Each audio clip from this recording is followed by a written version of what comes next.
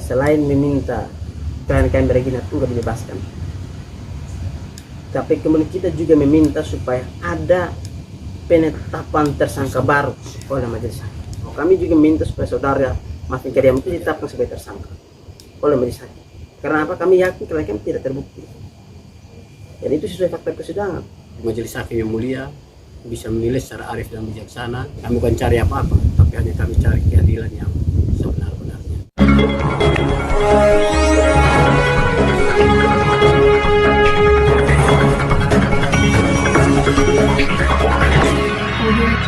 Sidang kasus laka lantas di OTT Desa Mata Air kembali digelar di Pengadilan Negeri oleh Masih Kabupaten Kupang pada hari Senin 14 Oktober 2024. Agenda sidang saat itu adalah penyampaian nota pembelaan kuasa hukum terdakwa Regina Tunggal. Selengkapnya, simak yang berikut ini. Pada sore hari ini, kita telah mengikuti persidangan terkait dengan pembelaan kuasa hukum terdakwa Regina Tunggal. Mungkin Bapak bisa menjelaskan terkait dengan isi pembelaan, Pak. Terima kasih Pak Jack. Selamat sore pemirsa Suara Fakta Hukum dimanapun berada. Jadi sore ini atau hari ini kami dalam agenda persidangan tentang penyampaian nota pembelaan atau pledoi terdakwa. Kenapa agenda ini sangat penting? Karena dalam hukum acara pidana itu pledoi itu merupakan salah satu sarana yang disediakan supaya bagaimana terdakwa itu diberi juga kesempatan untuk bisa menyampaikan tangkisan terhadap tuntutan pidana yang diberikan. Ini juga ada erat kaitannya dengan asas tiada pidana tanpa perbuatan pidana atau asas praduga tak bersalah dan lain sebagainya. Sehingga inilah yang menjadi alasan kenapa hari ini kita ada dalam sidang pembelaan. Yang kedua, Pak Jack, menyangkut dengan materi yang tadi Pak Jack tanyakan. Saya kira materi kami ini adalah berdasarkan hal-hal yang telah kami kumpulkan, fakta persidangan yang selama ini telah kita ikuti dalam beberapa sidang ini. Itulah yang kemudian telah dianalisis secara mendalam oleh tim penasihat hukum sehingga menjadi sebuah dokumen yang bernama nota pembelaan. Jadi intinya begini Pak Jack, bahwa di dalam nota pembelaan kami itu kami berusaha menyampaikan fakta persidangan yang memang sudah juga dicatat dengan baik oleh kami yakin dicatat dengan baik oleh panitera. Antara lain fakta persidangan yang tidak bisa dibantah Pak Jack. Fakta persidangan yang pertama ialah bahwa dalam persidangan itu terungkap bahwa sesungguhnya kecelakaan itu terjadi bukan kecelakaan tunggal. Dalam artian ini bukan motor milik terdakwa Regina Tunggal dengan korban Maria Lobang sendiri yang laka tunggal, di mana Regina yang mengendarai motor sehingga dia dimintai pertanggungjawaban terhadap korban Maria Lobang. Tapi fakta itu terang benderang bahwa sebenarnya yang fakta sesungguhnya terjadi tabrakan dua sepeda motor, yaitu tabrakan sepeda motor antara milik Regina Tunggal dan Maria Lobang dan sepeda motor milik Marvin Kadiama. Dan sesuai fakta persidangan, saksi-saksi yang menjelaskan kronologi kejadian, saksi fakta itu menjelaskan bahwa yang sesungguhnya yang menabrak itu ialah Marvin Kadiama. Kenapa dia menabrak? Karena saya saat itu dalam kondisi pengaruh minuman alkohol atau dalam kondisi mabuk berat, pasca dia minum dari siang sampai dengan malam dan akhirnya celaka atau menabrak motor milik Regina dan Maria. Itu fakta yang tidak bisa terbantahkan selama persidangan ini terungkap. Sehingga fakta lainnya di situ ialah bahwa ternyata Marvin Kadiama ini juga ketika menabrak motor milik Regina dan Maria Lobang tersebut itu tidak memiliki SIM, tidak menggunakan helm. Itu fakta yang juga tidak bisa terbantahkan dalam persidangan. Sehingga fakta inilah yang kemudian kami angkat dalam nota pembelaan kami untuk sekiranya menjadi bahan pertimbangan bagi Yang Mulia Majelis Hakim, dan kami percaya bahwa Yang Mulia Majelis Hakim akan dengan sangat arif bijaksana mempertimbangkan semua fakta persidangan ini.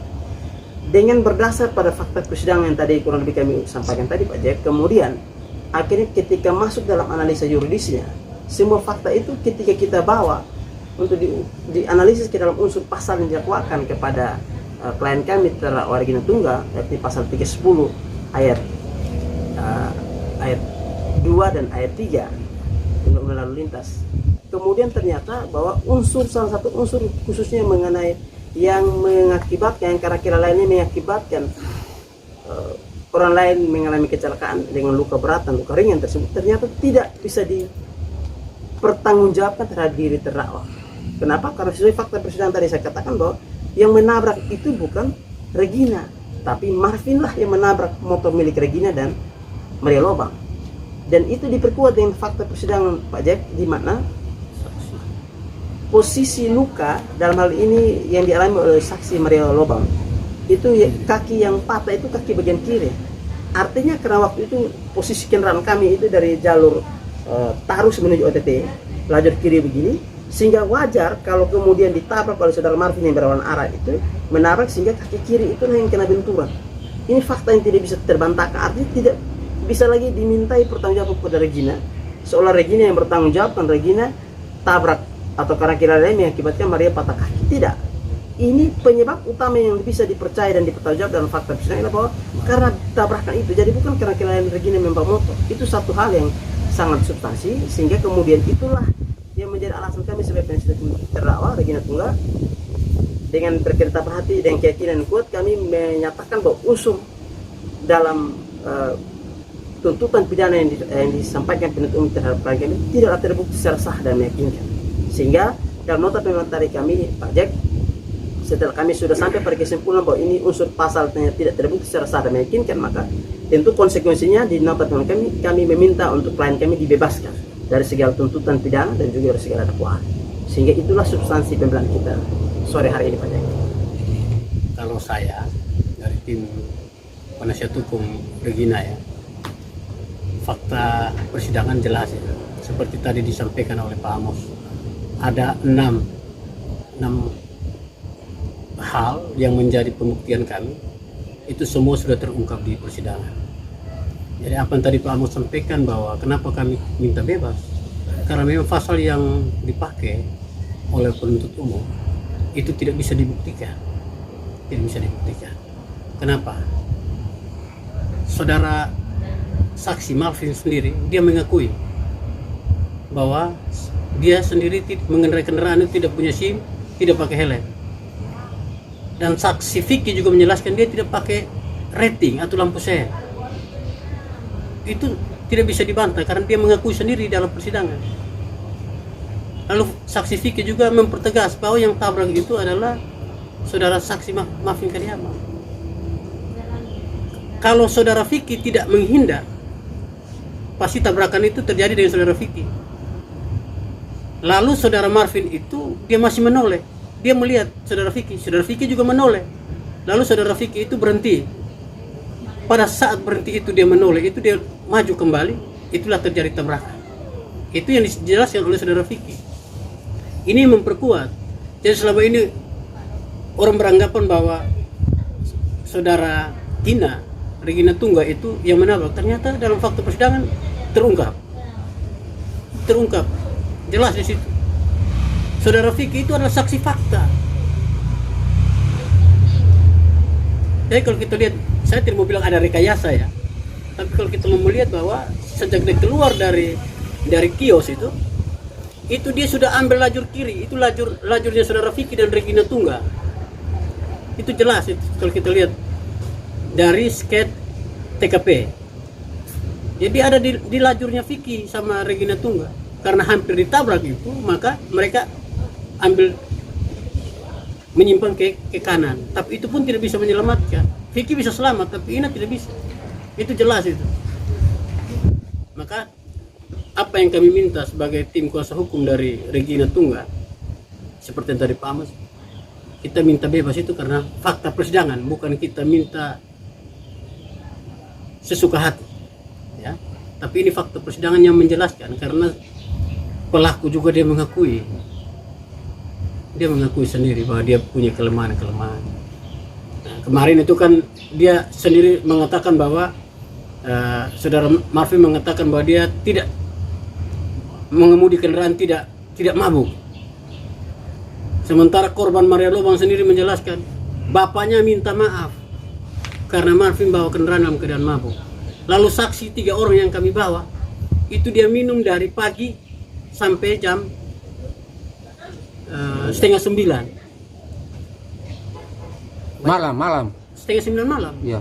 Dari pagi itu ada saksi 3 orang kami saksikan. Itu fakta yang menjelaskan bahwa dia posisi dalam keadaan mabuk. Jadi pasal yang diterapkan 310 ayat 1 dan 2 tidak memenuhi unsur-unsur untuk klien kami. Jadi itu yang perlu saya tambahkan, sehingga kami sudah melihat ya perkara ini sudah terang benderang. Jadi kami hanya meminta untuk ini dari majelis hakim yang mulia bisa menilai secara arif dan bijaksana. Kami juga minta terima kasih kepada saudari jaksa yang dengan secara profesional bisa melihat persoalan ini. Kami bukan cari apa-apa, tapi hanya kami cari keadilan yang sebenar-benarnya. Jadi pada intinya kedua kuasa hukum daripada Regina Tunggal mengharapkan kalian Bapak bebas ya. Ya, Sepakat ya. ya, bebas. Sesuai Sesuai dengan fakta persidangan. Sesuai Ya. fakta persidangan. Seperti Ya, artinya Pak Jack, kita tentu tidak ingin mendahului. Siap. Kita hanya berdoa dan berharap pada yang mulia majelis hakim.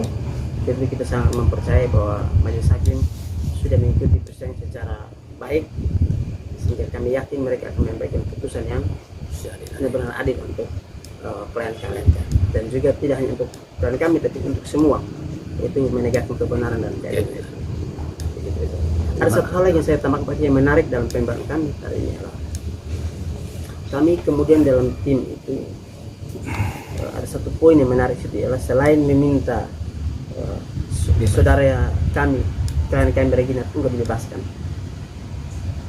tapi kemudian kita juga meminta supaya ada penetapan tersangka baru oleh majelis hakim. Memerintahkan itu tentu kalau sudah ada penetapan tersangka baru oleh majelis hakim, tentu ini akan bisa ditindak oleh entah kejaksaan atau kepolisian untuk bagaimana melakukan penyidikan dan seterusnya. Karena apa? Ketika perkara ini kami yakin bahwa terdakwa atau klien kami Regina Tunggal tidak bersalah, tentunya kita harus melihat siapa yang harus layak dimintai pertanggungjawaban. Itulah menjadi alasan kenapa kemudian di dalam pledoi kami itu juga kami minta supaya ada satu orang yang mestinya layak dimintai pertanggungjawaban. Siapa itu? Tentu Pak Jackson tahu siapa orangnya. Bahwa kami juga minta supaya saudara Marvin Kadiam itu ditetapkan sebagai tersangka oleh majelis hakim. Karena apa? Kami yakin klien kami tidak terbukti. Dan itu sesuai fakta persidangan. Bagaimana semua saksi mengatakan dia dalam kondisi mabuk, Marvin dalam kondisi mabuk, membawa motor itu tidak konsentrasi, tidak pakai helm, tidak pakai SIM, tidak juga menyalakan lampu sen atau lampu isyarat ketika dia hendak menyeberang. Itu semua fakta. Lalu ditambah juga dengan posisi bahwa luka atau patah kaki yang dialami oleh Maria Lobang itu ada pada kaki kiri, membuktikan bahwa benar motor yang dikirim Marvin itu menabrak kakinya Maria Lobang sehingga terjatuh. Artinya bahwa bukan Regina yang lalai sehingga membuat Maria Lobang mengalami patah kaki, tapi sesungguhnya ada orang baru yang ini luput dalam penyidikan sejak awal, sehingga kita melihat bahwa ada proses penyidikan yang kurang mendalam. Itu pandangan kami, dan tentu sekali lagi kami sementara berproses dan mengkaji semua ini untuk menentukan langkah-langkah hukum terbaik. Tapi itu hal yang menarik, dan itu supaya clear bahwa karena ketika kami minta bahwa Regina Tunggal ini ialah korban dan dia bukan terdakwa atau tersangka, maka itu ada orang lain yang harus diminta pertanggung. Dan dalam diskusi di tim penasihat hukum, karena fakta persidangan mengarah pada saudara Marvin, maka tidak ada alasan lain bagi kami selain meminta juga kepada majelis hakim untuk menetapkan dia sebagai tersangka. Itu hal menarik. Jadi dalam hal ini kuasa hukum Regina Tunggal berkesimpulan bahwa Regina Tunggal bebas dengan sendirinya. Marvin Kadiam ini Dia seharusnya ditetapkan sebagai tersangka. Ya. Karena fakta persidangan ini bukan keinginan kita pengacara, Siap. Ini fakta persidangan ya. Dari sebaik yang fakta persidangan yang tadi sudah diulas bahwa oleh saksi korban sendiri mengatakan bahwa sewaktu kejadian awal terjadi kecelakaan itu orang tuanya Marvin datang minta maaf di dia, mengatakan bahwa mereka lah yang salah. Lalu dibuktikan dengan nyambung dengan keterangan saksi Bapak Ari, saksi kami meringan kemarin, yang mengatakan bahwa seluruh biaya administrasi rumah sakit dibayar oleh keluarga Marvin Kadiam. Itu membuktikan bahwa memang mereka mengakui bahwa sejak awal anak mereka ini yang bersalah menabrak motornya Regina dan Maria Lobang yang menyebabkan kaki patah dan luka-luka yang lain. Tapi kemudian kenapa hari ini Regina yang jadi korban, tidak menjadi tersangka dan terdakwa hari ini? Tentu itulah yang harus kita cari jawabannya.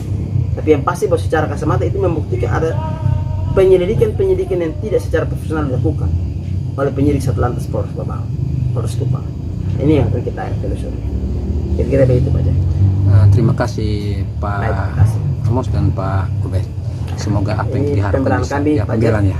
Kurang lebih ada 25 halaman. Tapi tadi karena pertimbangan efisiensi sidang, antri sidang masih banyak sehingga kami hanya membaca inti-inti. Tapi kurang lebih kalau mau dilihat lengkap semua keterangan saksi yang selanjutnya kami catat dengan baik, dasar-dasar hukumnya, pasal-pasal yang didakwakan atau dituntut kepada klien kami juga kami uraikan secara mendalam.